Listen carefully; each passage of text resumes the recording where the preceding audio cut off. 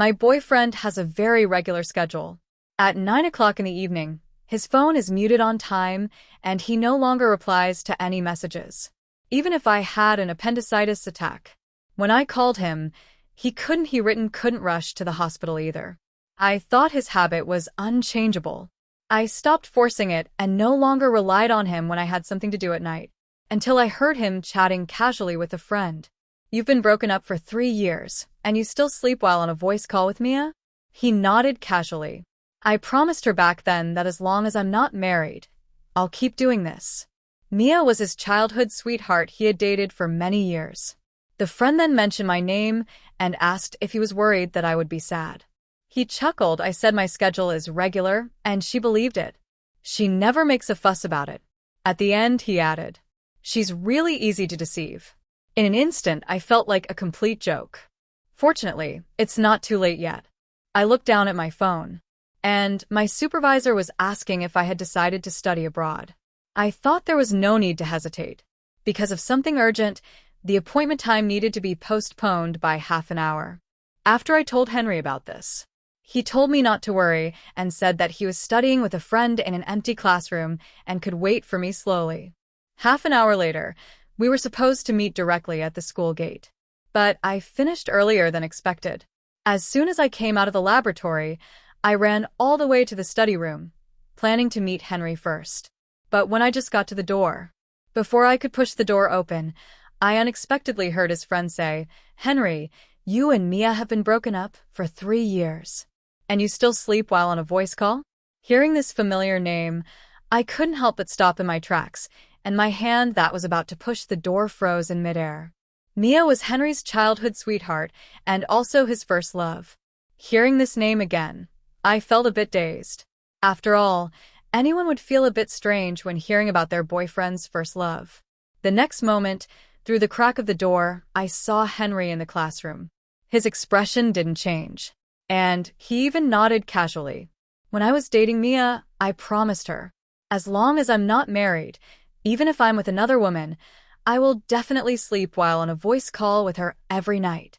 I will never break my promise. If I remember correctly, my boyfriend Henry had repeatedly told me that he would go to bed at 9 o'clock every night. Even if it was his parents or relatives, they couldn't reach him. Later, on several occasions, when I needed to find him urgently at night, I couldn't get through to his phone no matter what. All my messages seemed to sink into the sea without a reply. At that time, I really believed in his regular schedule. Now that I think about it, it's extremely ironic. I stood outside the classroom, my body inexplicably stiff, and a bone-chilling cold spread from my heart. The 2 people in the study room didn't notice me. His friend was still asking questions. Keeping a promise is a good thing. But you have a girlfriend now. You have such a good relationship with Daphne and even decided to get married after graduation. Aren't you afraid that she'll be sad if she finds out about this? Henry chuckled upon hearing this. I said my schedule is regular. She believed it and never makes trouble for me. What's more, I'm just sleeping while on a voice call with Mia. I'm not doing anything to betray her. When I say I go to bed at 9, it's kind of true in a way. At the end, he added, she's really easy to fool. After he finished speaking, the empty study room fell silent. And my heart completely lost hope at this moment. Henry and I have been together for 3 years. Our relationship is strong, and we love each other. We hardly ever had any conflicts. We were the perfect couple in the eyes of all our classmates. There was only one thing that almost caused a dispute between us. That was, Henry's schedule was very regular. After 9 o'clock every night, he would turn his phone to silent and then go to bed, not answering any more messages. Even though I was his girlfriend, there was no exception. I still remember that at that time. I found a part-time job at a company near the school, so I didn't go home during the summer vacation and lived alone in the dormitory building. Henry also didn't go home and said he would stay at school to accompany me. I worked during the day and rushed to have a date with him before 9 o'clock at night, never being late. I wasn't without dissatisfaction about this. But Henry insisted that it was a habit he developed since childhood and said that not staying up late was good for his health. Naturally, I couldn't come up with a reason to refute him. Later, one night, I suddenly had an appendicitis attack and was rolling in pain on the bed. My hometown is thousands of miles away from the school. During the summer vacation in this completely strange city, I could hardly find anyone who could help me. The only person I could turn to was my boyfriend, Henry. It was 11 o'clock at night at that time. I was in so much pain that my consciousness was blurred. But I still gritted my teeth and called him. As expected, no one answered. Later, I endured the pain and sent him many messages. Still, there was no reply. At that time, I just thought he had fallen asleep and his phone was on silent, so it was normal that he couldn't hear me. So I could only call 120 myself. After this incident, no matter what urgent things happened at night, I wouldn't think of asking Henry for help. Naturally, I wouldn't be annoyed with him about his good schedule. But I didn't expect. The good schedule I thought he had was just an excuse for him to perfunctorily deal with me. Every night, he blocked the messages of everyone including me, just to sleep while on a voice call with his ex-girlfriend without being disturbed. When I think about this, it somehow seems ridiculous. And I'm the most ridiculous one. Thoughts surged like the tide. I looked up at Henry in the study room again. This man, who fell in love with me at first sight at a club activity and then pursued me high-profile lie for half a year. I once thought he had me in his heart and eyes, and I also promised him that we would get married after graduation and never be apart for the rest of our lives. I thought there would really be a lifetime for us. A lifetime that was clean and without any pain. I had even argued with my family for this and tried to stay in this strange city to safeguard my love. Now that I think about it, I was really pitifully stupid. My heart seemed to be grabbed by an invisible big hand, and the pain was so intense that it was hard to breathe. And the two people in the study room still didn't notice my presence at this moment. His friend was still asking him, "So are you really going to marry Daphne? If you get married after graduation and sleep together, you won't be able to be on a voice call with me anymore." To this, Henry didn't answer immediately. Instead, he looked a bit dazed. After a long time, he slowly said, "Henry and I really love each other. The promise to get married after graduation is not a joke. As for me and Mia, it's already over a long time ago. And this promise is only valid until I get married. I'm not that irresponsible a man." Standing at the door and hearing this, I somehow found it ridiculous. If he were really responsible, then having a girlfriend while still being entangled with his ex-girlfriend, even sleeping while on a voice call with her every night, this matter itself was a kind of betrayal. But he didn't show the slightest bit of guilt or uneasiness. The man was still asking, "So if Mia comes back, will you treat her as a friend or a stranger?" Regarding this question, Henry didn't hesitate at all. Instead, he seemed a bit puzzled. He quickly retorted, "Even if we can't be lovers, after all these years of affection, isn't it normal to be friends?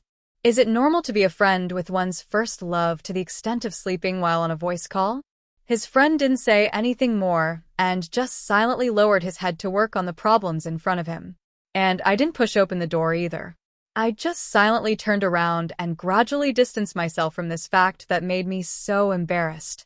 It was not until the moment I walked out of the teaching building. Looking at the scorching sun, I felt more and more like a joke. Fortunately, it's not too late yet. I looked down at my phone. My supervisor still hadn't given up.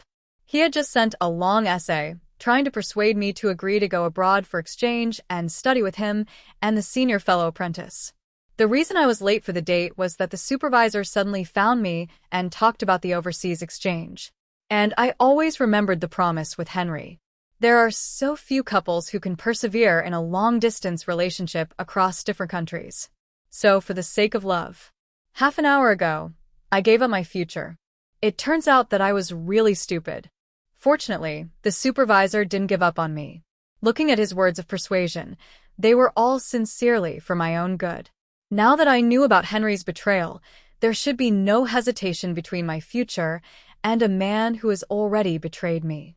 So, I decisively dialed the supervisor's phone number before he could try to persuade me again. I spoke first. "Teacher, I'm willing to go abroad," after expressing my attitude on the phone. The supervisor was overjoyed and asked me to go to the laboratory to find him immediately. There are so many materials to prepare for going abroad. It can't be clearly explained in just a few words on the phone. Since I decided to let go, naturally, I should focus on my studies. So I rushed to the laboratory right away. The supervisor and the senior fellow apprentice Lucas were waiting for me in the laboratory. When I arrived, the two of them surrounded me, one on the left and one on the right, looking a bit curious. "Daphne, why did you suddenly change your mind?" The supervisor's eyes swept back and forth on me, as if a bit suspicious. He knew about me and Henry, and also knew that I planned to get married after graduation, so I couldn't participate in many projects he led. He had sighed about this for a long time, saying that I shouldn't be down by marriage so early. Half an hour ago, when I refused without hesitation, he was so angry that he even wanted to hit me. Now that my attitude had changed suddenly, it made him hesitant. The same was true for the senior fellow apprentice Lucas. As the supervisor's most proud disciple, he was the protector of all of us junior apprentices. Besides academic matters at school, he also provided us with a lot of help in life. Especially for me, his last admitted apprentice, he was more concerned. Like the supervisor, he had also been impatient with me for my failure to meet expectations. Seeing the suspicion in their eyes, thinking that they were among the few people in this school who treated me sincerely, I had nothing to hide. So, I told them what I had heard just now. I can't tolerate betrayal. Since he can't forget his first love, I have nothing to be reluctant about. As I spoke, the senior fellow apprentice reached out and gently patted my shoulder. He had always been gentle and spoke extremely softly, but at this moment a hint of anger still appeared in his eyes. "Daphne, you're wonderful. It's him who doesn't know how to cherish." That's right. The hot-tempered supervisor suddenly slapped the table, making a loud noise. The old man was so angry that his beard was bristling, and he walked back and forth in the laboratory with his hands behind his back. At my age, I think I'm good at judging people. Although I was a bit sorry that you gave up your studies for love. I used to think Henry was a nice guy, and your choice wasn't wrong. Now it seems that this guy is really good at pretending. I didn't expect him to be such a scumbag behind the scenes. The supervisor's words were filled with strong condemnation. Then he turned to look at me, his eyes showing obvious concern. "Daphne, don't be sad. It's just a man. In all these years, I may not have much of other things, but I have a lot of students. Your senior brothers are good-looking and smart. I can arrange a gathering for you later. They will definitely be thousands of times better than Henry." After saying that, he turned his head and glanced at Lucas, his tone carrying a faint sense of seriousness. "Your junior sister has been bullied. You should also pay more attention." Lucas nodded and then turned his gaze to me. The two of them exuded a protective aura, perhaps worried that I would be sad because of this. The supervisor immediately waved his hand, saying that he would take me and Lucas home and then cook a big meal for us himself. Before we set off, I somehow muted my phone. This meal was also very enjoyable. It was not until 8:30 p.m. That I said goodbye to them and then slowly walked back to school. As soon as I arrived at the school gate, a big hand suddenly grabbed my wrist. I didn't even have time to react. Just as I was about to scream, another hand covered my mouth. Then the familiar breath surrounded me. Looking at the man in front of me, I gradually relaxed my body. "It's me." Henry slowly withdrew his hand, his brow slightly furrowed. He seemed a bit unhappy. He took out his phone and pointed to the time on it. "Didn't we agree that you'd only be half an hour late? I've been waiting for you for a long time. If you had something to do in the laboratory, you could have sent me a message in advance. It's not like you couldn't answer when I called you more than a dozen times, right?"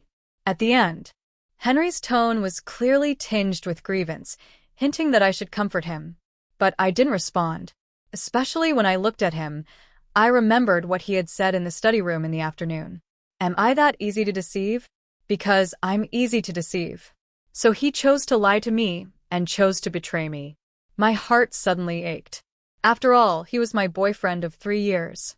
I had loved him wholeheartedly, even quarreled with my parents for him, and included him in my future. As a result, his betrayal made everything I had done a joke. I quietly took 2 steps back. Just as I was about to speak, I suddenly found my voice a bit choked. I tried to calm down for a long time. Then I said, "Henry, I told you before that I have important things to do in the laboratory. I can't be distracted when doing experiments. And my phone needs to be muted, right?" I had mentioned this to him many times before, but he never seemed to care. So he furrowed his brows again, as if he didn't understand. "Experiments are important, but as your boyfriend, shouldn't I be more important?" Hearing his words, I finally couldn't help but ask. "Since being a boyfriend is more important than as my girlfriend, shouldn't I be more important than your unchangeable regular schedule?" Suddenly mentioning his regular schedule, Henry, who had just been looking pitiful and wanting me to comfort him, suddenly became a bit impatient. He let out a long sigh and looked at me as if I were an extremely unreasonable child. Then he said earnestly, "Daphne, haven't I told you about this long ago? My sleep schedule was formed since I was a child. Once I make an exception, my schedule will be completely messed up in the future. Don't you want me to be healthier?" He always did this, easily throwing all the contradictions at me, and in the end, it seemed like I was the one being unreasonable. So I also took a step back and imitated him to retort. "Then in the laboratory, every one of my experiments is very important. It's related to my studies and future. Don't you want me to be better in the future?" He paused for a moment, then raised his eyebrows and smiled. "What's the big deal? We've agreed to get married after graduation. By then, you'll be my wife. Are you still worried that I won't support you?" Look, he was making the kind of common, yet easily broken promise that men often make, and then denying all my efforts. My heart couldn't help but feel sour again. But this time, before I could speak, he suddenly seemed to think of something and looked down at his phone. It was 850. He suddenly stuffed his phone back into his pocket and said in a hurry, "I won't send you back to the dormitory. If there's anything, we'll talk about it tomorrow. I have to rush back to sleep." After saying that, he directly turned around and ran towards the direction of the boys' dormitory building. "Henry." I finally couldn't help but call out his name. He stopped and then turned to look at me. His eyes were as anxious as ever. "What else is there? I really have to go back immediately. Can't you make an exception for me just this once?" I directly interrupted him. I watched as his anxious expression turned impatient and then became extremely serious. He shook his head and refused without thinking. Then he said in a solemn tone, "Daphne, don't be unreasonable." So this small request was actually considered unreasonable in his eyes. It was really sad and ridiculous. After he finished speaking, he didn't have any more patience to talk to me. Instead, he directly turned around and started running towards the boys' teaching building. As he ran, he took out his phone, seemingly dialing someone's number, and then continued running while answering the phone. I just stood there, watching the man I had once deeply loved gradually move away from me. I thought that if I were to linger on this love that had been tainted with dirt from the start, I would truly be pitifully stupid. But fortunately, a month later, I would go abroad for exchange with my supervisor and senior fellow apprentice. From then on, with mountains high and roads far, we would never see each other again. In the second year of being with Henry, we rented an apartment near the school. The apartment wasn't big, but it was a cozy 2-bedroom, 1-living-room place. Every weekend or on special holidays, we would go on dates outside the school. Sometimes when we didn't want to go back to school, we would rest in the apartment. We each had our own room and had never crossed the line. So for such a long time together, I just thought he was a self-restrained person. Little did I know that his evenings were already occupied by another woman. Therefore, there were quite a few of my things in this apartment, now that I had decided to go abroad. Naturally, I had to personally erase all traces of myself in this apartment.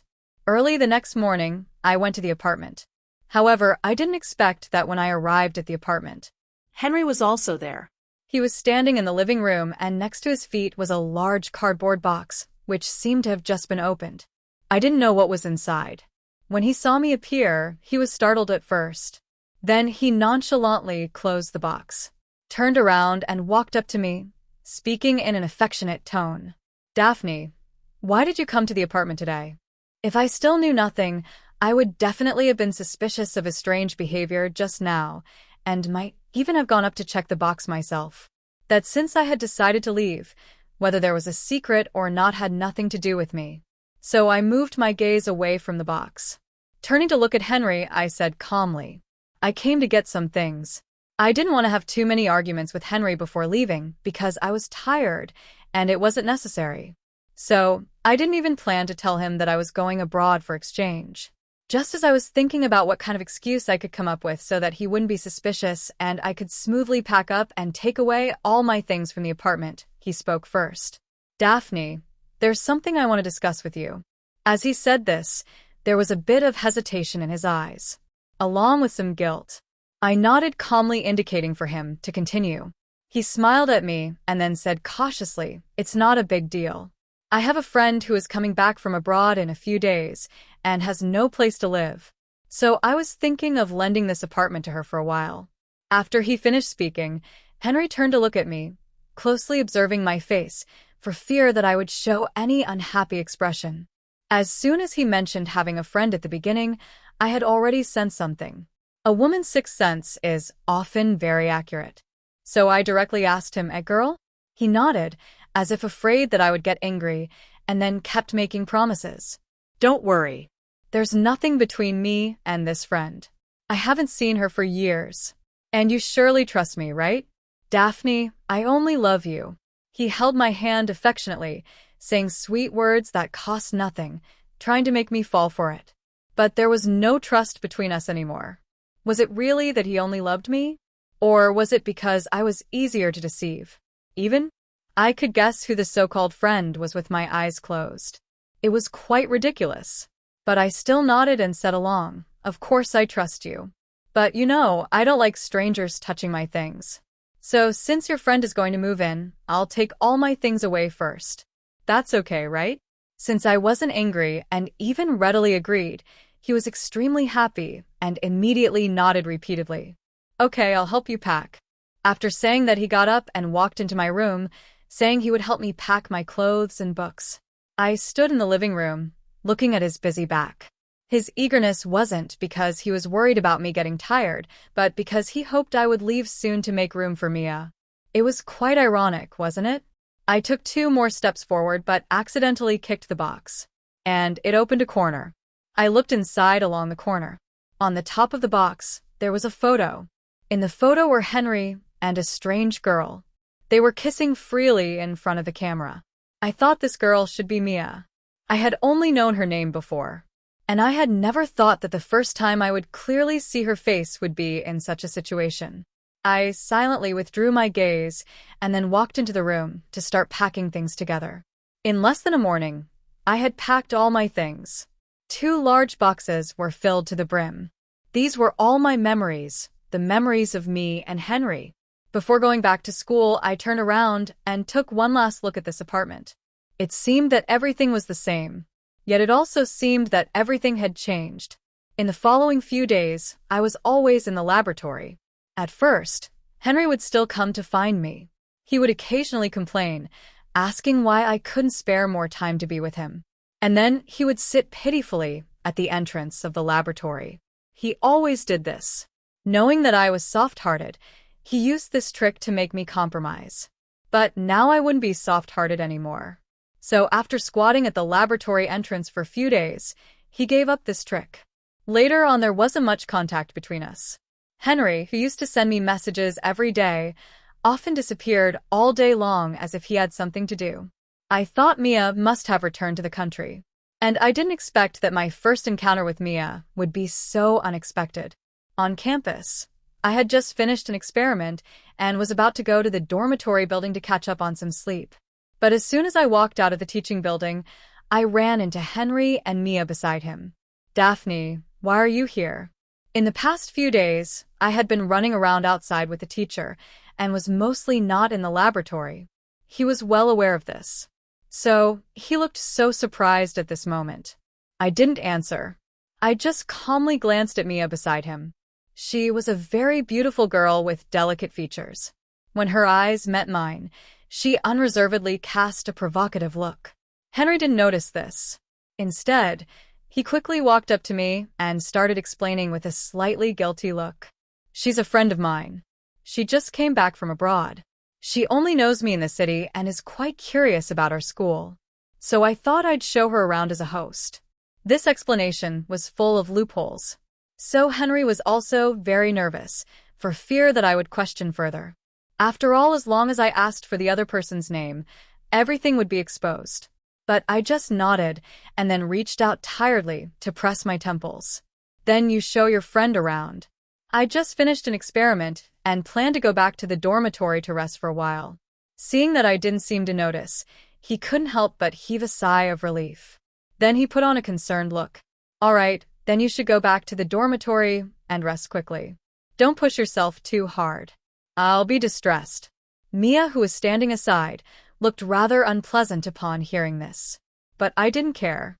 Under their gaze, I turned into the nearby path and walked towards the dormitory building. However, I hadn't walked for long when I realized I had forgotten my meal card. I had left it in the laboratory, so I had to go back to get it. Before I could enter the teaching building, I saw Henry and Mia standing in the corridor.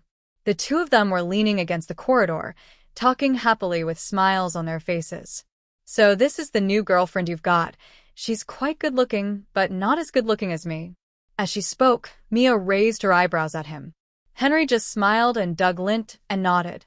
Yes, she's not as beautiful as you. After that, he let out a sigh.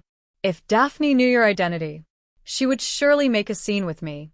Mia sneered, then raised her hand to stroke her hair, looking rather casual. We're in the past. Now we're just friends, being open and above board. What's there to be angry about? If I were her, I wouldn't even care about such a trivial matter. Hearing this, Henry shook his head again. He said, Daphne is petty. She's not as magnanimous as you. She'll definitely be jealous. Mia then grinned and moved closer to him. She asked, Well, I don't care. You promised to accompany me for a few days.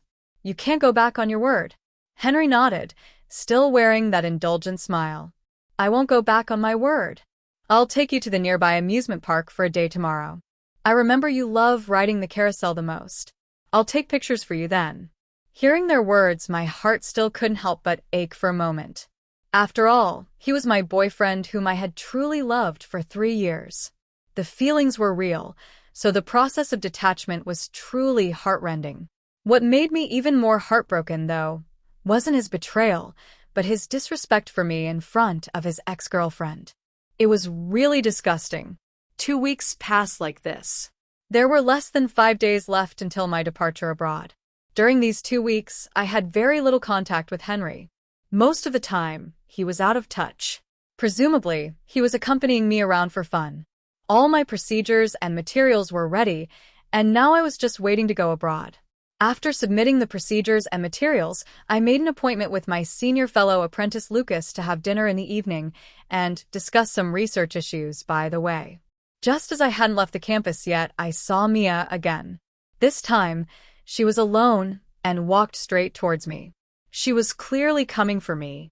So I didn't move and watched her walk up to me.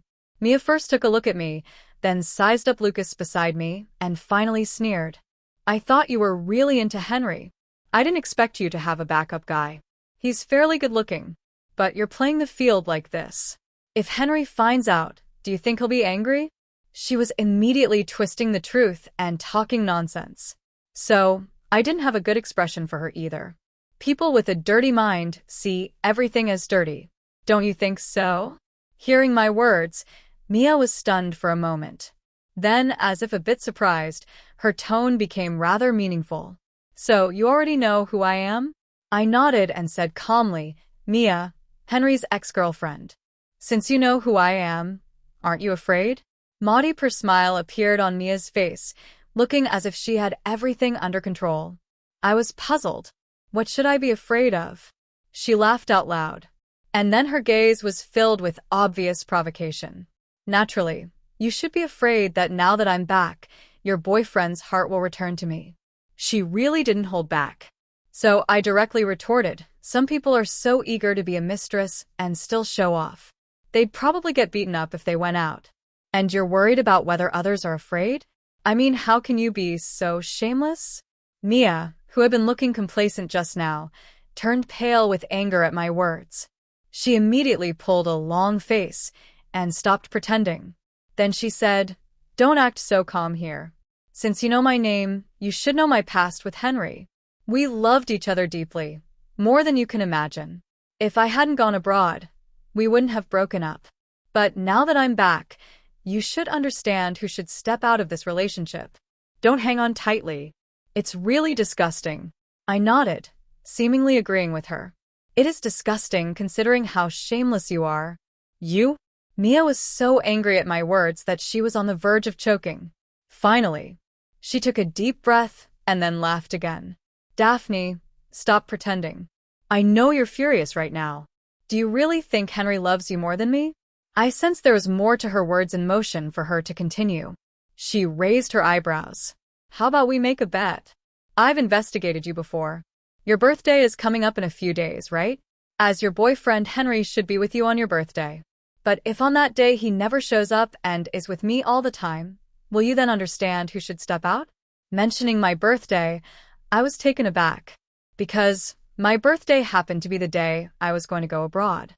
So I accepted this bet, because I didn't care about winning or losing. Regarding my birthday this year, Henry had said a long time ago that he would definitely prepare well. And he also said he would give me an unexpected gift. At that time, we loved each other deeply. I didn't know about the things he did later, and I was really looking forward to this day. Now it can only be said that people's hearts change easily. Or rather, Henry's heart, it seems, was never pure from the start. A few days before my birthday, Henry was still in contact with me. According to his previous plan, I was supposed to have a date with him alone on my birthday. But I didn't want to. Mostly because I was leaving the country that day. The plane tickets for me, my supervisor, and my senior fellow apprentice were booked for the evening. So there was a lot of free time that day, enough to attend the farewell party organized by my fellow senior and junior apprentices. Coincidentally, it was also my birthday, so everyone said they would hold a birthday party for me. So I directly refused Henry's proposal. I didn't say much either. Although he was a bit dissatisfied, he still agreed in the end. He also said he would arrive early and stay by my side all the time. He said things like this many times. I just smiled and didn't respond. Finally, 5 days passed and it was my birthday. The senior and junior apprentices started decorating the private room early. The supervisor and the senior fellow apprentice had already taken their seats. Only Henry said he would be here soon half an hour ago, but he still hadn't shown up. I naturally knew the reason, so I didn't think much of it. I was even about to put my phone away and start celebrating my birthday. Just then, my phone dinged. Henry sent a WeChat message. He said, "Daphne, something urgent has come up on my side. It's really important and I might not be able to make it to your birthday party. But after party is over, I will definitely make it up to you in the evening. Then we can go on a date, just the two of us. Okay?" As always, his sweet words sound nice, but his actions don't match.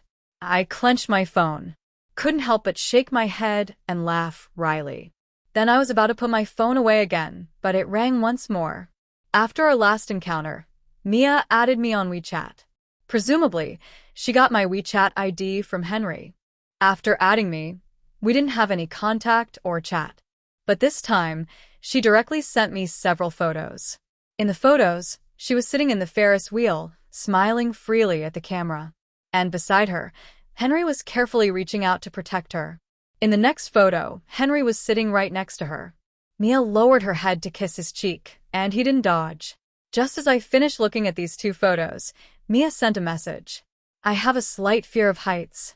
So when I told Henry that I planned to ride the Ferris wheel alone today, he came over without hesitation, saying that he was worried I'd be scared and needed to be by my side.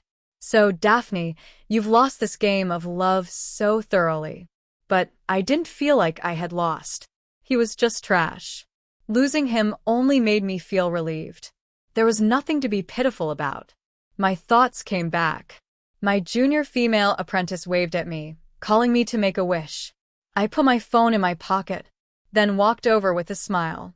Under the gaze of everyone, I closed my eyes and started making a wish. I hope that in the future, I can be happy and joyful. This seemingly simple wish is actually never easy, but I still hope it can come true. I opened my eyes, bent down, and blew out all the candles. Evelyn cheered and clapped, saying auspicious words one after another, wishing me a happy birthday and blessing me with happiness and peace. I thought, I wasn't that pitiful after all. At least I had a group of really nice people around me who would always be with me. After having cake with my classmates and playing around for a while, it was about time. I washed my face and then officially started saying goodbye. Then I got in the car and headed to the airport all the way. Before getting on the plane, Henry sent me another WeChat message. Daphne, I heard that kissing at the highest point of the Ferris wheel can make a couple stay together for a lifetime. Shall we go together next time? I didn't reply to this new message because I felt disgusted and thought it was unnecessary. I turned off my phone, got on the plane, and didn't look back. I thought this was really a final farewell. 5 years passed in a flash abroad. My supervisor's health wasn't very good. After finishing the latest experiment, he planned to retire. So my senior fellow apprentice and I accompanied him back to our home country. After being at the school for so many years, we still had feelings for it. So we went back to the school together, wanting to look around. The junior male and female apprentices of the same department were very enthusiastic. They gathered around, chatting nonstop, sharing interesting stories about the school with me. One lively junior female apprentice looked down at her phone, then looked up at me, as if she wanted to say something but hesitated. Finally, she said, "Senior Daphne, did you and Senior Henry really date before?" Hearing this name again, I was still a bit dazed. More importantly, I didn't understand why she would ask such a question. Another junior female apprentice quickly chimed in, "Senior, you don't know. There was a post on the school forum that was extremely popular. All of us junior students have heard about it." "What kind of post?" The supervisor, who had just finished reminiscing, came over with red-rimmed eyes, a glint of gossip in his eyes. The junior female apprentice quickly said, "It was about when Senior Daffy chose to go abroad with you." The supervisor, at that time as Senior Daffy's boyfriend, Henry seemingly didn't know about this. He went around asking about Senior Daffy, and this matter caused quite a stir in the school. Later, someone said that Senior Daphne went abroad for study and exchange. Plus, your project at that time needed to be kept confidential, so even the school authorities didn't know your exact location. Henry went crazy. He blocked those school leaders every day, and even to money at the school, saying that whoever could provide news about you would get a generous reward. Anyway, this matter got really big, and even us later students heard about it. Another junior female apprentice nodded and quickly added, "When I read the post, I thought he was quite affectionate." But later, someone dug up that every time he came to school, there was a girl by his side. Then someone else found out that the girl was actually his ex-girlfriend, named Mia or something. It seems that even earlier, some people had seen the two of them strolling around the school openly. At that time, Senior Daphne and he hadn't broken up yet. So everyone knew that Henry had cheated first. Plus, everyone was gossipy and kept an eye on this matter. It seems that the girl had been pestering Henry, but for some reason, Henry didn't choose to be with her. Instead, he kept looking for Senior Daphne everywhere. Even after graduation, he didn't go to the company. Henry's family is so rich, but he flew around the world every day. As a result, his father's illegitimate son took advantage of the situation and got the inheritance rights of the company. Now Henry's life isn't going so well. Back then, Henry was quite a topic of discussion in the school because of his good-looking appearance. Plus, his family background was well known, so many people knew about him. Money was just something to talk about after a meal. When it was mentioned occasionally, it was just a matter of a smile.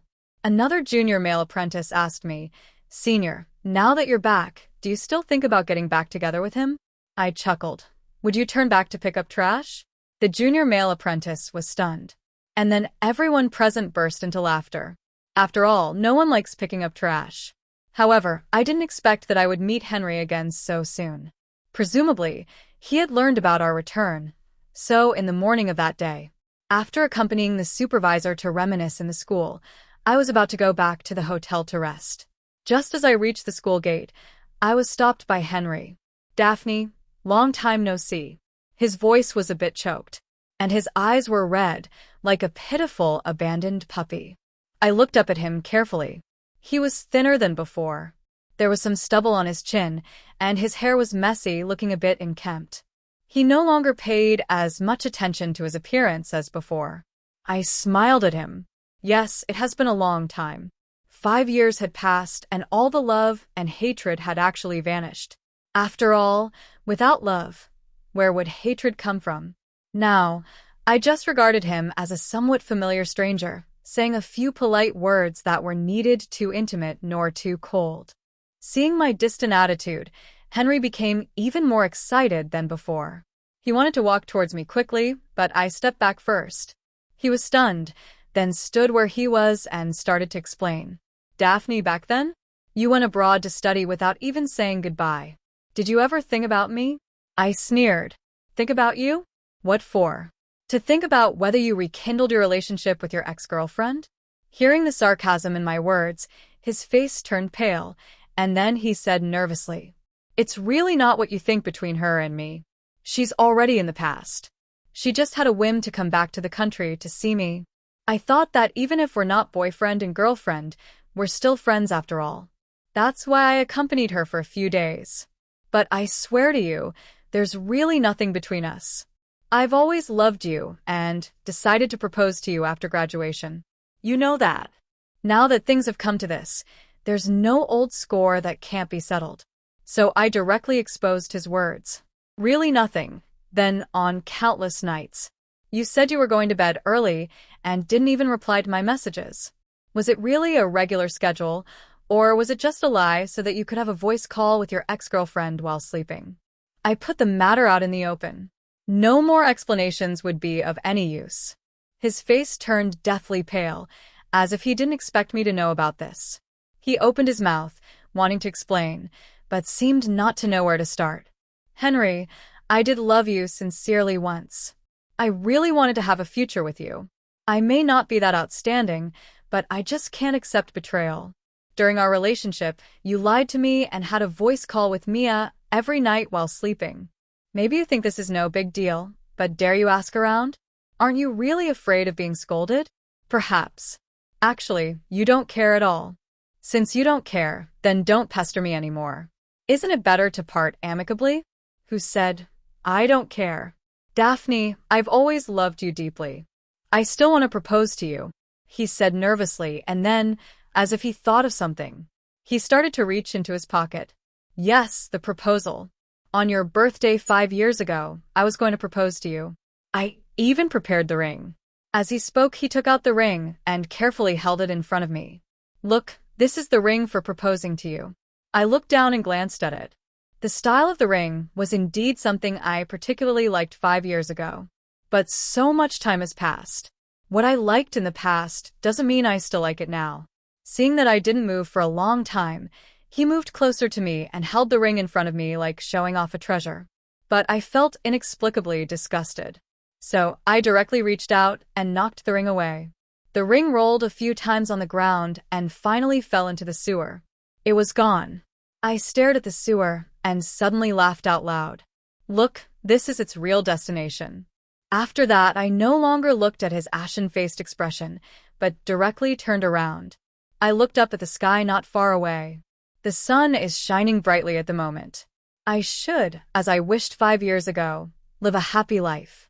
And those unworthy people should be like that ring, thrown into the sewer.